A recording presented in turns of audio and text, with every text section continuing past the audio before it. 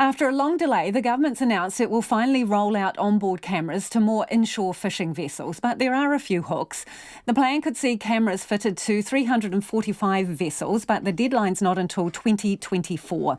But it would cover all inshore areas where fishing endangers protected species at a cost of $40 to $60 million over 4 years. The Minister for Fisheries, Stuart Nash, joins us now. Good evening, Minister. How come the rollout's taking so long? Look, this isn't as simple as simply putting a GoPro on a selfie stick and heading out to sea. You know, we're talking about cameras operating in the roughest conditions possible. We're also talking about an immense amount of data. It's about 700 gigabytes per month per vessel. That has to be stored, that has to be viewed. So there are a whole lot of logistical, and operational issues that we need to overcome before this is fully rolled out. You know that we launched our first photon satellite from Mahia Peninsula on Monday, don't you? I mean, it can't be that complicated, can it? No, it's not that complicated, but there are, this isn't a cheap thing to do. I think some people misunderstand how simple this actually is. They don't realise how complicated this is. Like I said, these cameras are operating in the most trying of environments. There is a lot of data. There's a lot of issues. There's a lot of technology, actually, that's early stage development. But by the time we have rolled these out, we will have by far the largest camera coverage of any fishing fleet in the world. Is it a technology issue or is it a political bargaining issue? No, it's not a political bargaining issue. It is a technology issue, very much so. Okay, so, I mean, why? It's not even signed off, is it?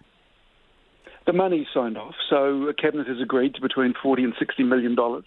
But officials are working up a business case now to present to Treasury to show how that money would be best spent, and that business case is important. But we've got a technical working group at the moment that has membership from across all sectors. So a lot of work has already been done on this, but it is complex.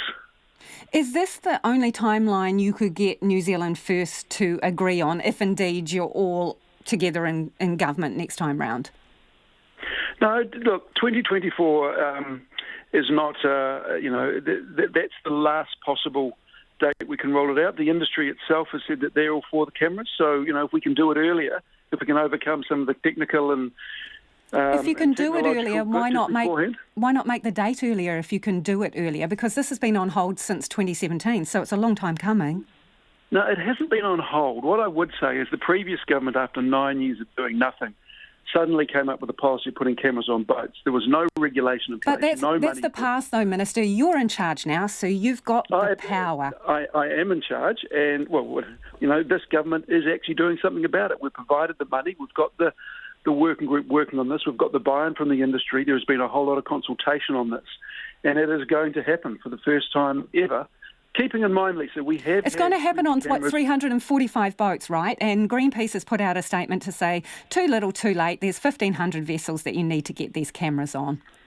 Well, I think Greenpeace should get their facts right. There aren't 1,500 vessels. Greenpeace continually come up with fake news when it comes to fishing, and it's really disappointing. How many then are there, Minister?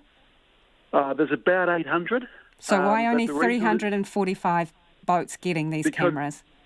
Because there are a whole lot of boats that are colloquially known as the mosquito fleet. These are your 1 or 2 person boats. They may be a power diver or a pot fisher.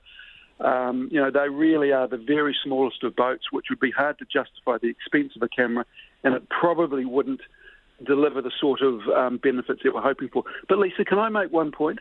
There are 2 things that, for me, that cameras will help us with. The first of all is obviously compliance, because we want to know what's happening on the seas. There's no doubt about that. The second thing for me, though, is it's playing into our global brand. So when people buy New Zealand seafood in America or Europe or Asia, they'll buy it knowing they are buying fish from the most sustainably managed sea fishery in the world. So that's the vision. And that's great, but that was possible to market ourselves as that 3 years ago. So that's not something new. It was an opportunity that was available to you 3 years ago. So why not take it sooner? It simply wasn't. That's why I said the previous government had put this in place, but they had done no money, no regulation, no legislation, no consulting, nothing. We've done all that. We've provided the money. The cost, I must say, is one of the major barriers to make this happen. We've overcome that now by putting this money aside to to implement these cameras. So, it is ready to go once we solve the technological and technology issues. And, the previous government talked about it. We're actually doing it. I do want to talk to you about the cost in a second, but what are the projections for how many albatrosses, penguins, dolphins, petrels and other endangered species that will get caught in bycatch between now and 2024 when you finally have the cameras up and running?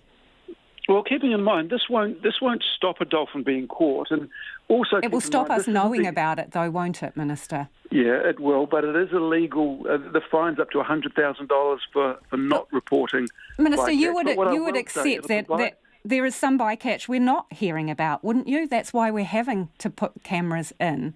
So what are the projections for the number of species that, could get caught up in this bycatch and the time it's taking you to roll out the cameras? Well, Lisa, it's one of the reasons we're putting cameras on, because we want a much higher level of transparency around what is happening on our oceans, and this will give it to us. So $40 to $60 million cost. Usually when there are costs associated with compliance, that's passed on to businesses, right? Or to individuals. So like if you want a warrant for your car, you have to pay for the repairs. You carry the cost of the compliance. So why aren't some of these big fishing entities carrying the cost of this?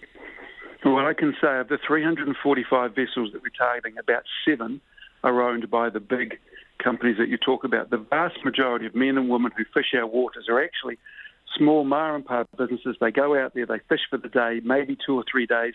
They simply could not afford an upfront cost of $25,000. If we did put that impost on a number of these fishers, then what we would see is them leave the industry and much greater domination by the bigger companies. So why not divide it up according to what quota you get? If you've got a large quota and you're a big operator, you pay more. If you're small and you're only got a small business like the ones you're talking about, you pay less. But keeping in mind, a lot of people actually don't own their own quota. What they're doing is catching other people's quotas. So they're catching what's called an annual catch entitlement. So they're catching someone else's quota. There seems to be a perception that every fisher is a big wealthy guy who drives a Merc. That simply isn't true for the vast majority of men and women who go out there. They're based in our regional ports. They do a fantastic job, but they simply couldn't afford the $25,000 cost that it would. So far we've forecast that it would cost to put a camera on their boat. Appreciate you joining us this evening. That is the Minister of Fisheries, Stuart Nash, there, talking about the plan to roll out onboard cameras. Deadline to get that done on 300 plus vessels, 345 vessels by 2024.